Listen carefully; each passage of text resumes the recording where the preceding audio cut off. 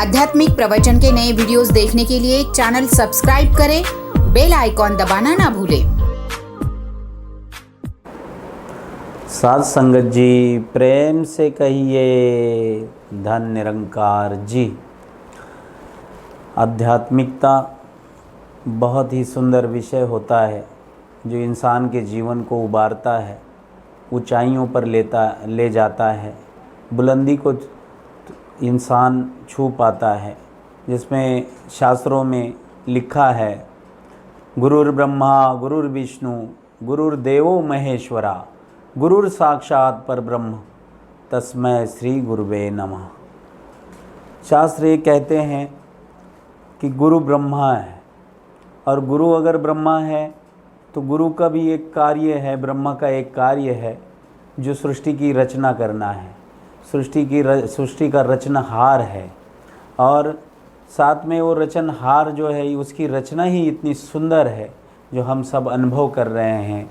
मानवी चोला तुम्हें हमें प्राप्त हुआ है, तो ये मानवी चोला कितना सुंदर है। सृष्टि की दाईं बाईं ओर हम आँख घुमाकर देखें तो बड़ी सुंदरता नज़र आती है। कहीं और जहाँ रहते हैं वहाँ से कहीं पहाड़ों की तरफ जाएं तो वहाँ की सुंदरता दिखती है। सुबह उठ के अगर बाहर आते हैं और सूर्य नारायण का दर्शन करते हैं तो वो एक और सुंदरता दिखती है कि सुबह हर रोज़ सूर्य नारायण के दर्शन होते हैं। शाम को चंद्रमा, उसकी ओर देखें तो बहुत ही सुंदरता और शांति का प्रतीक दिखता है। उसके बाद में और आँख उठाकर शाम को देखें ऊपर तो बहुत सुंदर तारे ये हमें नज़र आते हैं। तो इतनी सुंदरता सृष्टि में इस रचनहार ने भरी है। तो ये ब्रह्मा जी का कार्य है कि रचना करना है। उसके बाद में गुरु विष्णु, जिनको कहा जाता है कि ये पालनहार हैं, सृष्टि के कण कण में व्याप्त जो हैं। तो इस सारे सृष्टि में जितने भी जीव हैं, जो भी सृष्टि में दिखाई देता है, सबके पालनहार हैं ये। और इसका अनुभव हम पल पल करते हैं। और उसके बाद में ये कहता है शास्त्र कि गुरुदेवो महेश्वरा, कि महेश जो भगवान सृष्टि के पालनहार, सृष्टि के रचनहार, और जिनको ये एक सेवा है जो ये सेवा करते हैं कि सृष्टि का संहार, जो जिस कारण से इस सृष्टि की रचना हुई है, उस रचना में अगर कोई अलग हिसाब में सृष्टि के नियमों के गलत तरीक़ों से अगर उसका इस्तेमाल करता है तो उसका संहार का काम महेश जी करते हैं। ये श्लोक इस हिसाब में इतनी सुंदरता प्रदान करता है जिसमें हमें ये सुनने को मिलता है। जैसे श्लोक कहता है, गुरु ब्रह्मा गुरु विष्णु गुरु देवो महेश्वरा गुरु साक्षात परब्रह्म। और ये तीनों जो रूप हैं ये सद्गुरु के रूप हैं, जिनको हम सब जानते हैं। जो आध्यात्मिकता में हैं ये सब चीज़ जानते हैं कि ये सद्गुरु का रूप है। लेकिन मन हमारा इस चीज़ को मानने को तब तैयार होता है जब हम गुरु चरणों में हम अपना शीश झुकाते हैं। शीश झुकाने के बाद में गुरु जब अनुग्रह हमें देते हैं तब इस चीज़ को मानते हैं कि ये सारे रूप तो सद्गुरु के हैं। यही साकार रूप में प्रकट होता है, यही साकार रूप में आकर कार्य करता है। और यहाँ तक संत वाणी ने लिखा है, हरि गुरु भेद ना जानिए दोनों तत्व से एक, हरि ही जग में आए हैं लेके गुरु का रूप। संत वाणी ये कहती है कि हरि और गुरु में भेद न जानिए, ये दोनों तत्व से एक ही हैं। एक साकार है, एक निराकार है, एक निर्गुण है, एक सगुण है। और निर्गुण जो है जिससे हम बात कर नहीं सकते, हम बात करें तो सामने से हमें कोई बात सुनाई नहीं देगी, वो अपने ध्यान में है। और साकार जो है हमसे वार्तालाप कर सकता है। साकार के साथ में हम श्रद्धा से, भाव से अपने मन मस्तिष्क को उनके चरणों में झुका सकते हैं। उनके उस रूप को देखने के लिए संत महात्मा, दुनिया के सभी जीव लालायित रहते हैं कि एक बार इस साकार छवि का दर्शन हो जाए जीवन धन्य हो जाए। और उसके बाद में ये साकार छवि जब आती है तो मानव रूप में जब इनका दर्शन होता है, तत्व तो वही लगे हैं, पंच तत्व का रूप धारण करके आते हैं, लेकिन ये नूरानी होते हैं। ये होते तो इंसानी चोले में हैं, लेकिन इनका रूप अलग होता है। इनको नूरानी चेहरे वाला कहते हैं। इनके रूप में वो तेजस्वी रूप होता है जो सर्व सामान्य इंसानों की आँखें हैं उसको ठीक तरह से देख नहीं पाती। जब वो कृपा करते हैं तब ये संभव हो पाता है। जहाँ सद्गुरु के चरणों में आकर हम अपने मन मस्तिष्क को नतमस्तक करते हैं, तब उनके उस साकार छवि में हमें निर्गुण छवि का दर्शन होता है।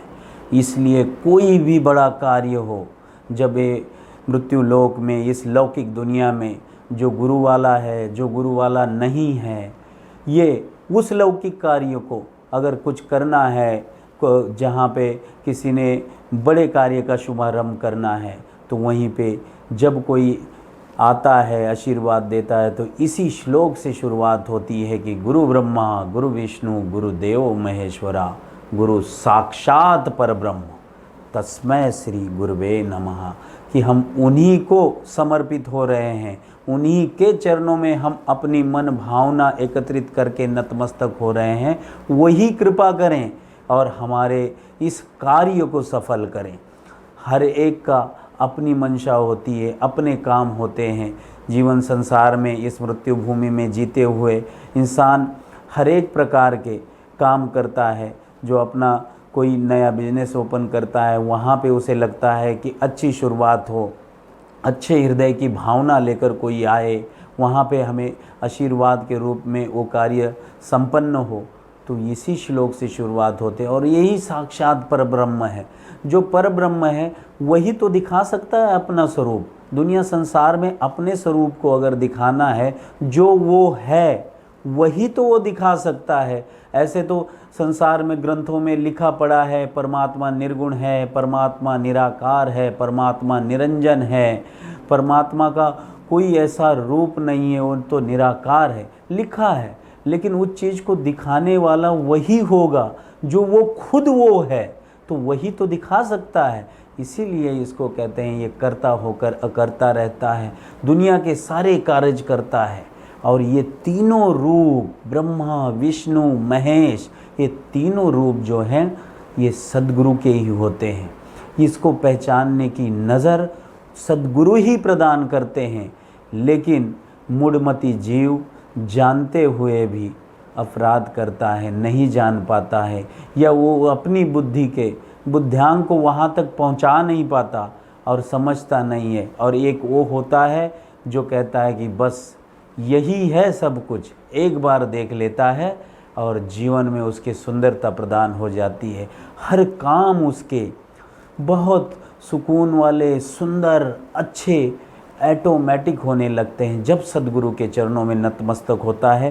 कहते हैं इसी श्लोक में हम इस बात को समझेंगे कि सद्गुरु के चरणों के नीचे 68 तीर्थ उसके चरणों के नीचे हैं, वहाँ से बहते हैं। और एक बार अगर जीव नतमस्तक हो जाता है सद्गुरु के चरणों में, 68 तीर्थों का पुण्य उसे एक ही बार नतमस्तक में प्राप्त होता है।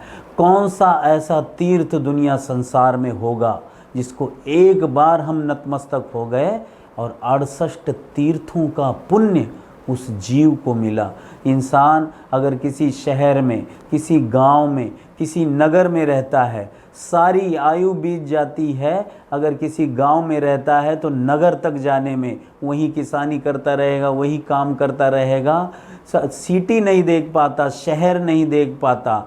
और शहर की बात तो इतना बड़ा सुंदर संसार रचा है, इसको देखने में उसकी आयु निकल जाती है, शरीर छूट जाता है, लेकिन देख नहीं पाता।